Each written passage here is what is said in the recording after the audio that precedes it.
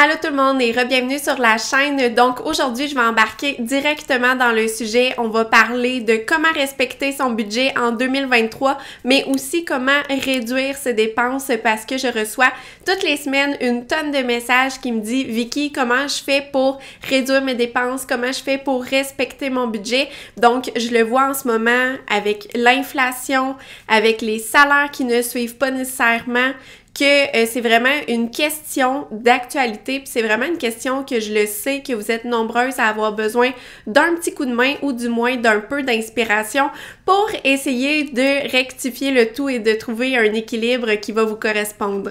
Donc maintenant, vous connaissez ma situation. Par le passé, j'ai été endettée et pendant 23 mois, j'ai remboursé 16 000 $ de dette et j'ai vraiment dû apprendre à vivre avec moins, à conjuguer avec un petit budget, avec un salaire qui n'était pas toujours conséquent, mais ce que je veux vous partager en fait, c'est que j'y suis parvenue et j'y suis arrivée en appliquant plusieurs astuces. Donc, je me suis dit aujourd'hui que ça allait être intéressant de vous repartager un peu tout ça, mais aussi de le mettre un peu d'actualité en lien avec l'inflation et la situation qu'on vit actuellement pour vous donner des astuces qui sont encore possibles en 2023. Donc, aujourd'hui, je vais te partager quelques pistes de solutions que moi-même j'ai appliquées par le passé et qui ont super bien fonctionné avec moi et qui, j'espère, vont te permettre de réduire tes dépenses. Donc, selon moi, la première étape super importante là, lorsqu'on veut réduire ses dépenses et qu'on veut dépenser moins et qu'on veut arrêter un peu de tout le temps être dans une roue de surconsommation et de toujours dépenser plus,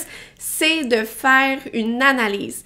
Donc là, qu'est-ce que je te recommande de faire? C'est vraiment de sortir tes relevés bancaires, sortir tes relevés de carte de crédit, de carte de débit et d'utiliser des marqueurs et de classer chacune de tes dépenses par catégorie avec une couleur différente. Puis ça, en fait, là, ça va te permettre de mieux comprendre, en fait, c'est comment tu dépenses ton argent, mieux comprendre où que ton argent va également et ça apporte tellement de prise de conscience. Du moins, moi, c'est un exercice que j'ai fait en 2014 et ça l'a entièrement changé ma perception des choses en lien avec les dépenses. Donc, un coup que tu as fait l'analyse de tes dépenses, que tu as regardé un peu c'est où tu dépensais ton argent, peut-être que pour toi, c'est la restauration, peut-être c'est les vêtements, peut-être c'est les sorties, peut-être que c'est l'alcool ou des trucs comme ça. Donc, un coup que tu as un portrait de tes habitudes de consommation et que tu sais où ce que ton argent va de façon générale, eh bien, tu vas pouvoir trouver des solutions pour les faire diminuer. Donc là, tu vas regarder, je sais pas c'est quoi, peut-être tes 2 ou 3 dépenses les plus importantes tous les mois et tu vas te poser la question, OK, qu'est-ce que je peux faire pour faire diminuer cette dépense-là? Donc, par exemple, je peux vous donner un exemple si c'est la restauration. Donc, je sais que la restauration, souvent, c'est un poste budgétaire important. On aime ça sortir, on aime ça bien manger et ainsi de suite. Mais on va se le dire, ça peut coûter assez cher. Donc là, dans ta dépense restauration, peut-être que tu vas voir qu'il y a des sorties au restaurant plus coûteux, par exemple le vendredi soir, mais peut-être aussi il y a plusieurs dépenses dans les restaurants fast-food, par exemple le midi. Donc là, tu vas te dire, qu'est-ce que je peux faire pour faire diminuer ce poste budgétaire-là? Eh bien, c'est simple. Plutôt que d'aller manger à l'extérieur sur l'heure du midi, tu peux apporter tes propres lunchs. Plutôt que de prendre une formule 3-4 services le vendredi soir accompagné d'une bouteille de vin, ben peut-être que tu peux y aller simplement pour le plat principal avec une bouteille de vin ou tout simplement ne pas prendre de vin et seulement le repas principal avec le dessert. Et c'est en faisant plein de petits changements comme ça que tu vas venir réduire drastiquement ce poste budgétaire important. Puis ça, en fait, de vouloir réduire la plupart de tes dépenses importantes, tu vas voir, ça va revitaliser entièrement ton budget et tu vas te rendre compte que tu vas économiser un 100 $ par-ci, un 10 $ là, un 25 $ là et au bout d'un mois, tu sais, ce montant-là, il va se transformer en une somme possiblement astronomique et enfin, tu vas pouvoir réduire tes dépenses et enfin épargner. Ensuite, ma troisième stratégie, c'est de bien définir un besoin versus un désir versus un achat automatique. Donc, dans la vie, là, on fait des achats un peu souvent sur le coup de l'impulsion. Il y a des choses qu'on a réellement besoin dans cette catégorie-là. On va nommer la nourriture, les télécommunications, l'essence qu'on va mettre dans notre voiture peut-être. Et ensuite, il y a les désirs. Donc, les désirs, c'est toutes les choses qui sont non essentielles, mais qu'on aime bien avoir à la maison. Donc, ça peut être un nouvel appareil pour faire de l'exercice, ça peut être des nouveaux vêtements, ça peut être des soins esthétiques et des trucs comme ça. Et ensuite, il y a la catégorie des achats automatiques. Puis ça, c'est toutes les choses qu'on achète un peu toutes les semaines, tous les mois, parce qu'on pense que c'est des achats normaux, des achats essentiels, mais qui ne le sont pas vraiment. Donc, dans cette catégorie-là, c'est bien personnel, puis ça dépend vraiment de notre vision de la vie et de la consommation. Mais tu sais, les genres d'achats récurrents qu'on fait souvent, ça peut être le papier de toilette, les essuie-tout, les pellicules de plastique, le papier d'aluminium, les sacs pour emballer les collations en plastique. Il y a plein de choses là qu'on peut acheter, tu sais, même le détergent, les nettoyants pour la cuisine, nettoyants pour la cuvette, nettoyants pour la salle de bain, les trucs pour la lessive, le softener, l'assouplisseur pour les vêtements. Donc, des achats qu'on pense essentiels et qu'on fait en mode automatique. Ils sont vraiment nombreux et toutes ces dépenses-là, tous ces achats-là peuvent coûter des dizaines, voire des centaines de dollars tous les mois, surtout si on est une grande famille. Donc, c'est tout simplement de se questionner par rapport à tous ces achats-là que l'on fait habituellement et à se demander si c'est un besoin, un désir ou un achat qu'on fait en mode automatique et que finalement, il ne serait pas vraiment nécessaire. Ensuite, la quatrième stratégie pour diminuer tes dépenses tous les mois, c'est d'éliminer tous les paiements superflus qui se prennent dans ton compte tous les mois. Donc ça, je pense particulièrement à tous les abonnements à des plateformes en ligne, abonnements au gym, abonnements à des boîtes repas, abonnements à des boîtes de beauté. Donc maintenant, il existe une tonne d'abonnements qu'on paye 5, 10, 15, 20 $ tous les mois. Mais c'est de regarder tout ça et de se demander c'est lesquels qu'on veut vraiment garder et c'est lesquels qui sont non essentiels ou qu'on n'utilise pas vraiment. Donc, surtout avec les plateformes de visionnement en ligne, souvent on peut en avoir 1, 2, 3, facilement 4. Donc, c'est laquelle que vous préférez, c'est laquelle que vous voulez réellement conserver et juste avec cette simple décision, vous allez peut-être économiser une quarantaine de dollars tous les mois. Et finalement, la cinquième stratégie pour dépenser moins, c'est d'apprécier ce que tu as déjà. Donc aujourd'hui, dans le monde de la surconsommation dans lequel on vit, un achat n'attend pas l'autre. Donc, on est constamment bombardé de publicité, bombardé de personnes qui nous vantent un tel ou tel produit. Donc, c'est juste d'analyser tout ça et de se demander si on en a vraiment besoin, est-ce que ça va vraiment changer quelque chose dans notre vie, mais surtout de s'éloigner un peu de ça et de mieux comprendre les rouages de la publicité et du marketing pour simplement apprécier qu'est-ce que l'on a déjà à la maison. Donc, toutes les possessions que vous avez déjà chez vous, vous avez déjà travaillé pour vous les procurer, vous vous êtes peut-être déplacé pour les acheter. Donc, pourquoi pas en profiter, les utiliser pour vrai de vrai, plutôt que de déjà passer au prochain achat, à la prochaine chose que vous voulez et d'oublier déjà tout ce que vous avez à la maison. Puis ça, justement, hier, je parlais avec une journaliste puis qui me demandait c'était quoi, Vicky, le meilleur conseil pour dépenser moins puis on dirait comme éviter les effets de l'inflation.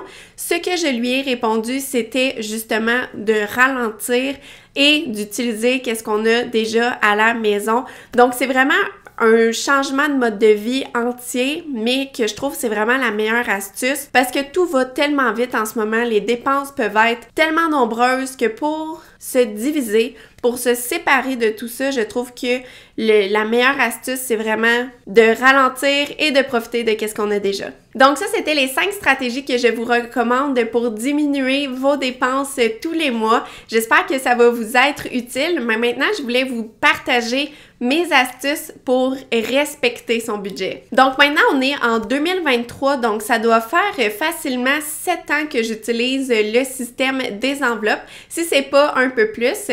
Donc en fait, la méthode du système des enveloppes, j'en ai déjà parlé à de nombreuses reprises ici sur la chaîne ou même sur le blog. Je vais vous mettre dans le fond la vidéo ici si jamais vous voulez aller la voir. Je parle du système des enveloppes plus en détail, mais essentiellement, moi, j'utilise encore le système des enveloppes pour suivre mes dépenses et ça me permet de respecter mon budget. Donc maintenant, je ne sors plus mon argent comptant que je divise dans différentes catégories et que je traîne avec moi lorsque je vais faire des achats comme l'épicerie, l'essence, les restaurants et les sorties. Mais maintenant, plutôt, je me prends une note sur mon cellulaire et je le sais que chaque semaine, j'ai 140 $ pour payer ses principales dépenses. Donc, ça veut dire que toutes les semaines, je sais que j'ai environ 50 $ pour faire l'épicerie, 20 $ pour mettre de l'essence, 20 $ pour un restaurant et 40 $ pour faire des sorties et des dépenses autres. Donc, en sachant de manière générale c'est quoi mes dépenses, eh bien, ça me permet de respecter mon budget parce que je le sais que à l'épicerie, ma part à moi, ça doit me coûter 50 $. Un point, c'est tout. Donc là, maintenant, ça fait plusieurs années que je fais ça, donc j'ai vraiment acquis l'expérience. J'ai l'habitude, j'ai développé mes astuces et tout pour respecter chacune de mes enveloppes, mais juste de continuer de faire le suivi de mes dépenses, c'est vraiment l'astuce clé qui me permet de respecter mon budget, mais aussi de vivre en dessous de mes moyens. Donc, lorsque je fais une dépense pendant la semaine, je viens tout simplement l'ajouter sur ma liste et je fais régulièrement un sous-total pour m'assurer de respecter mon 140 $ par semaine. Ensuite, pour respecter son budget, eh bien, c'est simple, il faut se faire un budget. Et comment qu'on fait pour commencer un budget, par quoi commencer? Donc, moi, j'aime beaucoup la règle 50-20-30. Donc, dans le fond, cette règle-là, ça dit que 50% de tes revenus nets doivent servir à tes dépenses vitales. Donc, là-dedans, on va inclure le loyer, l'électricité, les télécommunications et l'alimentation, vraiment l'épicerie de base. Ensuite, le 20%, c'est pour tout ce qui est projet financier. Donc, selon cette règle, il y a également les remboursements de crédit, les prêts étudiants, les cartes de crédit et tes investissements ou ton épargne personnelle qui est inclus dans ce 20%-là. Et finalement, il y a un 30% pour la catégorie désir et plaisir.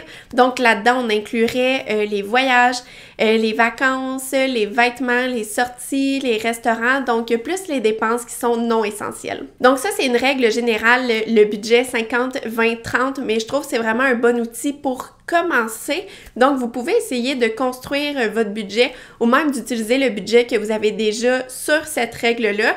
Et si, par exemple, vos dépenses vitales dépassent le 50%, bien, vous pouvez vous poser comme question qu'est-ce que vous pourriez changer dans ces dépenses-là pour faire diminuer ce pourcentage-là. Donc, je trouve que ça permet de construire un budget qui est équilibré, mais après, ça dépend vraiment de tout le monde. Comme moi, actuellement, je vis avec 50%, donc 50% représente l'entièreté de mes dépenses tous les mois et j'épargne le 50% restant, mais ma méthode est extrême et c'est pour rattraper le retard que je juge que j'ai eu à cause de mon endettement et du remboursement de mes dettes, mais c'est tout simplement pour illustrer que c'est un bon point de départ, on peut s'en inspirer, mais par la suite, on construit un budget qui va vraiment fonctionner avec nous et surtout qu'on va pouvoir respecter. Donc bref, on se le cachera pas, en ce moment avec l'inflation, même moi je le vois qu'il y a plusieurs choses dans la société qui ont gonflé de prix, mais malheureusement c'est rendu la réalité et ce n'est pas quelque chose que individuellement on peut changer,